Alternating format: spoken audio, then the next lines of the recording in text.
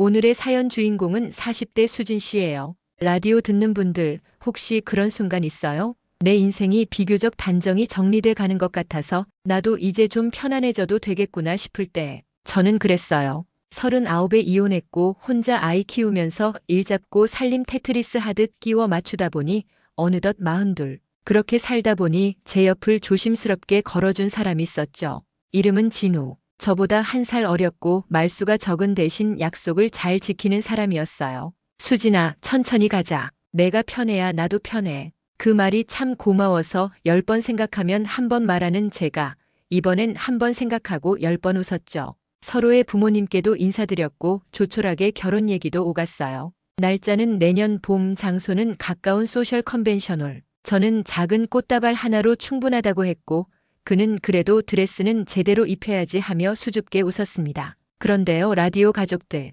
제가 지금 이렇게 앞에 앉아 있는 건 그 행복을 누가 발로 차버렸기 때문이죠. 어느 날 저녁 진우가 야근이라며 퇴근 연락이 뜸하던 날이었어요. 우연히 동네 카페에서 진우를 봤습니다. 누군가와 마주 앉아 있었는데 웃음소리가 제가 알던 그 낮은 웃음이 아니더라고요. 귀에 맴도는 그 소리, 제 안쪽 어느 살갗을 날카롭게 긁는 것 같은 소리. 저는 그때 그냥 지나쳤어요. 믿고 싶었으니까요. 다음 날 그는 장문의 메시지 하나였죠. 어제는 미안. 거래처 사람이랑 있었어. 내가 오해하면 어쩌나 싶었다. 저는 그래, 알았어라고 답했고 그때까지만 해도 제 멍이 반짝반짝 새까맣게 번지고 있다는 걸 몰랐습니다. 사람이 의심을 먹기 시작하면 눈이 달라져요. 작은 일에도 촉이 곤두서죠. 그 뒤로도 비슷한 밤이 몇 번 더 있었고 결국 어느 금요일 저는 용기를 냈습니다. 오늘 회사 근처에서 같이 저녁 먹을래? 그랬더니 진우가 머뭇거리더니 오늘은 힘들 것 같아. 저는 웃으며 그럼 너 있는 대로 갈게. 택시 타면 금방이야. 반대편에서 짧은 숨소리가 걸리더니 아냐, 그냥 다음에 하고 전화를 끊더라고요. 그 순간 내 안에 초침이 툭 하고 부러지는 기분이 들었어요. 제가 택시를 잡았죠. 행선지? 그가 가끔 말하던 병원 근처 카페. 거래처 실무자들이 거기서 회의 자주 한다고 했던 그곳. 저는 그날 그 카페에서 아무것도 보지 못했어요. 대신 근처 병원 하나층 로비에서 모든 걸 들었습니다. 맞아요. 예비 아내가 일하는 병원. 근데 그 예비 아내가 누군지 저는 그때 처음으로 알게 되었죠. 로비 구석에서 커피를 주문하는 남녀가 있었어요. 여자는 흰 가운에 명찰을 달고 있었고 남자는 제 남자 진우였습니다. 여자가 제 쪽을 힐끗 보더니 동료에게 이런 말을 던졌어요. 저 남자는 알까? 저 여자 정체를 기윽. 그 뒤로 킥킥대는 웃음. 제가 느릿느릿 다가가서 자판기에 동전을 던지는 척 그들의 대화를 들었죠. 언니, 근데 진짜 결혼한대요? 그럼 식장도 잡았지. 근데 나 아직 정리 안 됐잖아. 그거? 그냥 조용히 넘어가면 돼. 대박. 남자한테는 말 안 했겠죠? 말하면 바보지. 어차피 내가 더 해줄 건데. 예, 그 사람 카드 한도 올려주라고 했더니 다음 주에 은행 간대. 와 언니, 근데 병원에서 다 알아요. 저번에 그 전 남친이 찾아왔을 때도. 쉿. 그건 그냥 스쳐간 거야. 익숙한 목소리, 차갑고 매끄러운 말투. 그 사람이 카운터로 돌아서며 진우 오빠, 우리 오늘은 내가 계산할게요 하는데 제 이름이 목구멍에 걸려 올라오더군요. 저는 그 자리에서 돌아섰습니다. 무작정 쫓아가 따지고 싶었지만 이상하게도 그때는 가만히 서서 병원 유리 자동문에 비친 제 얼굴을 봤어요. 힘들게 일군 평온이 한 장의 비닐처럼 바스락거리는 게 보이더라고요. 저는 그 자리에 서서 결심했어요. 내 판단, 내 눈, 내 귀로 끝까지 가보자고. 그날 밤 집에 돌아와서 저는 조용히 기록을 시작했습니다. 진우의 일정, 통화 시간, 메시지 패턴, 결제 내역. 저는 원래 서류를 다루는 일을 오래 했거든요. 프린트, 스캔, 정리, 인덱스. 제 장점이 처음으로 내 사랑을 지키는 게 아니라 내 사랑을 구출하는 데 쓰이기 시작한 거죠. 제가 먼저 물었어요. 요즘 거래처가 병원이야? 그는 아주 태연하게 응, 장비 들어간 데가 있어라고 했습니다. 그럼 담당자는 누구야? 간호팀장? 하지만 제가 확인해 보니 그 병원은 장비 거래처가 아니었고 간호팀장도 여자가 아니었죠. 그 병원 인사 공고 PDF에서 찾은 이름 간호사 박서율. 바로 그 목소리. SNS에 있는 사진엔 하얀 가운, 환한 미소, 그리고 작은 댓글들이 이어졌어요. 언니 언제 한 잔? 언니 결혼 축하드려요? 그 밑에 서율의 답글, 곧 좋은 소식 있을 듯. 저는 아주 천천히, 아주 조심스레, 그러나 단단하게 디딜 계단을 만들었습니다. 병원 앞 커피숍 CCTV 존재 여부를 확인했고 같은 건물 약국에서 카드를 긁은 기록을 확보했습니다. 안내 데스크에서 분실 카드를 찾는다고 둘러댄 뒤 결제 시간과 금액을 메모하고 제 통장과 진우 통장 사이의 송금 흐름을 보았어요. 작은 금액으로 나갈 때는 늘 병원 근처에서 사소한 소비가 있었고 큰 금액으로 나갈 땐 컨설팅 비용이라는 메모가 달려 있었죠. 제가 단단히 굳어졌던 건 서율의 전 남자친구라는 사람이 병원에 찾아와 소란을 피웠던 날의 민원 기록을 알게 되면서예요. 병원 게시판에 짧게 올라왔다 삭제된 글 캡처 개인사로 소란 죄송합니다. 더 이상 허위 사실 유포하지 않겠습니다. 그 아이디는 서율의 지인이었고 댓글에 남긴 이모티콘이 그녀와 같은 스타일이었죠. 그래도 마지막은 직접 확인하고 싶어졌습니다. 저는 병원 상담실에 환자로 예약을 잡았어요. 만성 허리 통증으로. 상담이 끝나고 나오는 길 저는 서율을 마주쳤죠. 박서율 간호사님? 그녀가 제 명찰을 훑더니 살갑게 웃었어요. 네, 무엇을 도와드릴까요? 제가 웃으며 말했죠. 아니요, 그냥 예비 신부시라고 들어서요. 축하드려요. 그녀의 눈동자가 아주 잠깐 흔들렸습니다. 아, 네. 하하 소문이 빠르네요. 저는 고개를 끄덕였죠. 혹시 예비 신랑 성함이 진우 씨인가요? 그녀는 그때 확실히 굳었습니다. 그리고 제가 아주 천천히 꺼냈어요. 저는 그의 여자친구였어요. 아니, 아직은 여자친구예요. 서율은 바로 고개를 저었죠. 오해세요. 저 그런 사람 아니에요. 저는요, 내내 조용히 모아둔 것들을 하나씩 책상에 언뜻 꺼냈습니다. 이날, 이 시간에 이 카페, 이 영수증, 그리고 그날 약국, 여기 CCTV에 잡힌 그림자, 그리고 이건 당신이 직접 남긴 댓글. 그녀가 작은 소리로 말하더군요. 언니, 그러니까 돈이면 되는 거잖아요. 제가 지금 그 말이 끝나기도 전에 제가 제지했어요. 이건 돈 문제가 아니에요. 진실 문제예요. 그리고 안전 문제예요. 당신 아직 혼인관계 정리 안 됐죠? 그녀의 목이 툭 하고 마른 침을 삼켰습니다. 저는 더 이상 말하지 않았어요. 그 대신 마지막 한 문장만 남겼습니다. 자, 이제 각자 변호사와만 이야기합시다. 그날 밤 저는 진우를 불렀어요. 우리 이야기하자. 그는 들어오자마자 제 얼굴이 이상하다는 걸 알아차렸죠. 무슨 일 있어? 저는 테이블 위에 서류 봉투를 올렸습니다. 열어봐. 그 안에는 사진, 영수증, 캡처, 타임라인, 그리고 서율의 민원 기록 사본까지. 그는 서류를 넘기며 연신 이게 뭐야 수진아, 오해야 했지만 저는 차분하게 말했죠.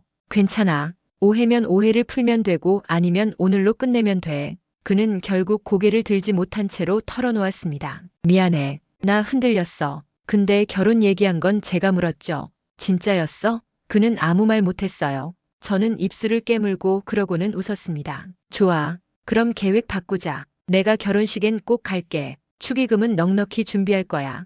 대신 그날 나도 선물을 가져갈 거거든. 그 다음 이야기 솔직히 말해 제 인생에서 가장 잔인한 한 달이었어요. 밤마다 심장이 쿵쿵거리고 일하다가도 손이 저릿해지고 화장실 거울 속 제 눈동자가 낯설게 느껴졌죠.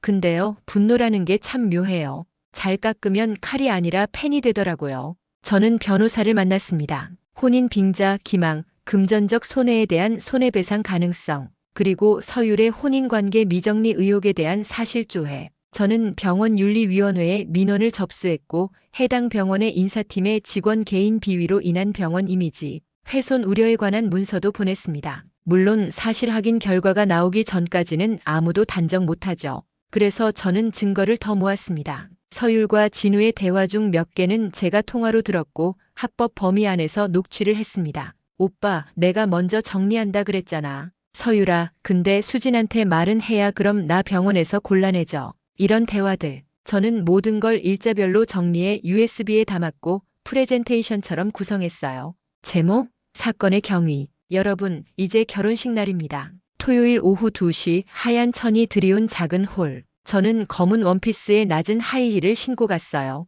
손에 작은 봉투와 또 다른 무거운 봉투 USB와 인쇄물. 사회자가 서두를 때는데 제 옆에서 누군가 속삭이더군요. 저 남자는 알까? 저 여자 정체를 기억. 그 말이 제 심장을 두드려 깨웠습니다. 저는 자리에서 일어나 조용히 뒤로 움직였죠. 예식장 내부 스크린 담당 스태프에게 미리 협조를 구해둔 상태였거든요. 축하 영상 일부가 바뀔 수 있다던 그 부탁. 비상시에만 실행. 그리고 저는 그 비상시를 골랐습니다. 주례가 두 사람 서로를 아끼고 존중하며 주문을 외우듯 말할 때 저는 손을 들었어요. 잠시만요. 사회자님, 신랑에게 전할 축하 영상이 하나 더 있습니다. 모두가 돌았습니다. 서율의 얼굴에서 혈색이 빠졌죠. 사회자는 당황했지만 스태프가 고개를 끄덕였어요. 불이 살짝 어두워지고 스크린이 켜졌습니다. 첫 장면은 병원 로비 CCTV. 날짜와 시간이 선명했죠. 그 다음은 카페 영수증들, 같은 날짜를 겹쳐놓은 타임라인, 그리고 모자이크 처리된 민원 게시판 캡처.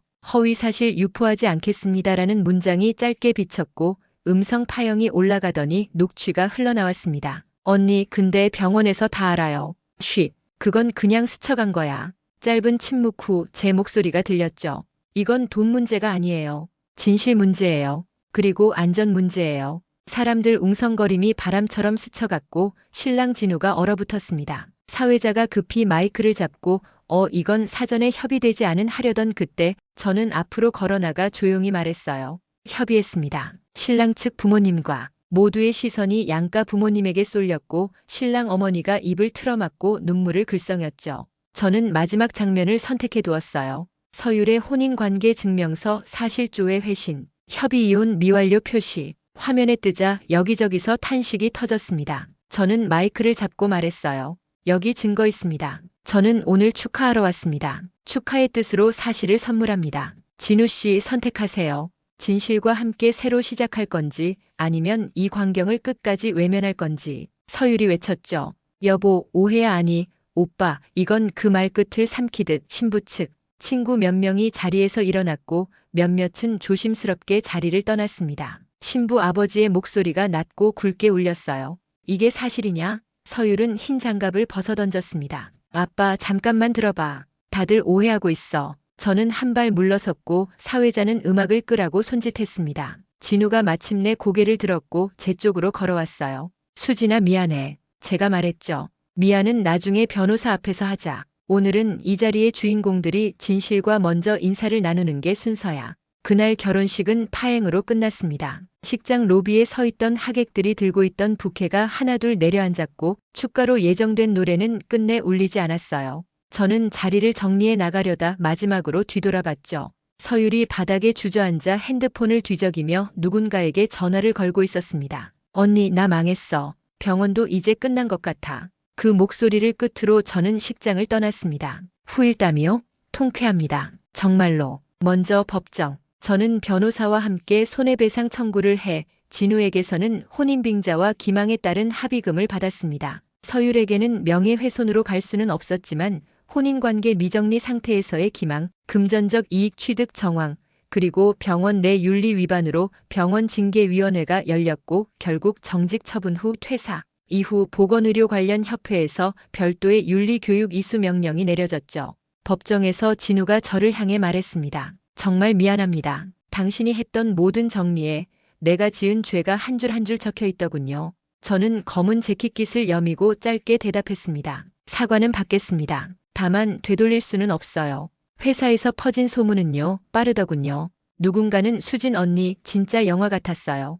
그 PPT 구성 어디서 배웠어요? 하고 물었고 누군가는 휴게실에서 저를 보며 와, 언니 그 배짱 반만 있었으면 하고 고개를 절레절레. 저는 웃으며 말했어요. 배짱 아니야. 그냥 내 인생을 내가 데리고 오려고 한 거지. 제 아이, 우리 딸은 중학생이에요. 그날 밤 제가 모든 걸 솔직히 털어놓자 아이가 제 손을 꼭 잡았어요. 엄마, 나 엄마 멋있었어. 근데 슬프면 울어도 돼. 그 말에 저는 부엌에서 한참을 울었습니다. 그런 다음 냉장고 문을 닫고 싱크대 위에 놓인 USB를 서랍 제일 깊은 곳에 넣었죠. 그건 이제 제게 더 이상 칼이 아니라 봉인이었거든요. 그리고 한 달쯤 지났을까요? 어느 일요일 오전 병원 앞에서 저를 부르던 그 웃음소리 기억나시죠? 그 소리가 제 머릿속에서 완전히 사라지는 날이 왔습니다. 동네 공원에서 아이와 자전거를 타고 있는데 가을 바람이 스카프를 슥 스쳐가더라고요. 아이가 뒤돌아보며 엄마, 우리 핫초코 마시자 하는데 그 순간 제가 저 자신에게 말했어요. 수고했다. 잘했다. 휴대폰엔 병원 인사팀에서 온 마지막 메일이 도착해 있었어요. 귀하의 제보로 인한 사실관계 확인이 마무리되었으며 내부 규정에 따른 조치가 완료되었습니다. 저는 그 메일을 조용히 삭제하고 아이와 핫초코를 마시러 갔습니다. 그리고 끝이라고 생각했던 순간에 찾아온 보너스 장면 하나.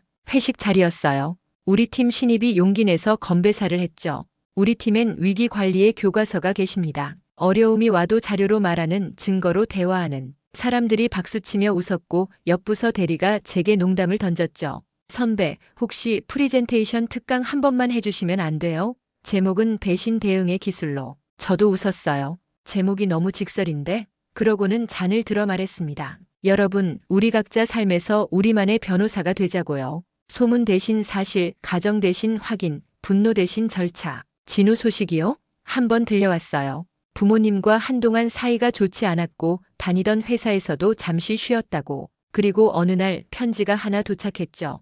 당신의 단단함을 보며 많이 배웠다. 나도 내 삶을 다시 정리해보겠다. 저는 짧게 답했습니다. 그게 당신이 할 수 있는 최선이면 그걸 하세요. 다만 다시 누군가의 시간 위를 걷지 마세요. 서율은 다른 지역으로 이사 갔다고 해요.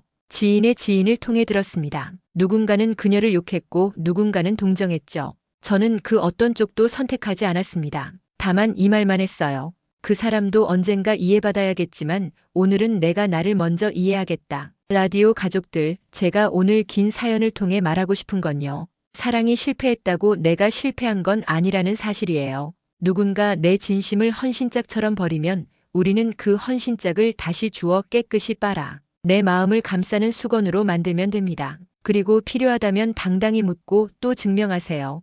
여기 증거 있습니다. 그 한 문장은 저를 지켜줬고 저를 더 강하게 만들었어요. 마지막으로 그 결혼식에서 제가 끝내 하지 못한 축사 한 줄, 오늘 여기서 하겠습니다. 거짓은 눈부신 샹들리에 밑에서 금방 들통납니다. 진실은 형광등 아래서도 반짝입니다. 저는 형광등 아래서도 반짝이는 사람이 되겠습니다. 모두들 스스로의 인생에서 가장 빛나는 증인이 되길 바라요. 제 사연은 여기까지. 덕분에 저는 더 당당해졌고 여러분은 오늘 조금 더 안심하셨으면 좋겠어요. 속이 좀 시원해지셨나요? 그렇다면 다음 곡은 여러분 마음속 사이다를 위한 노래로 이어갈게요.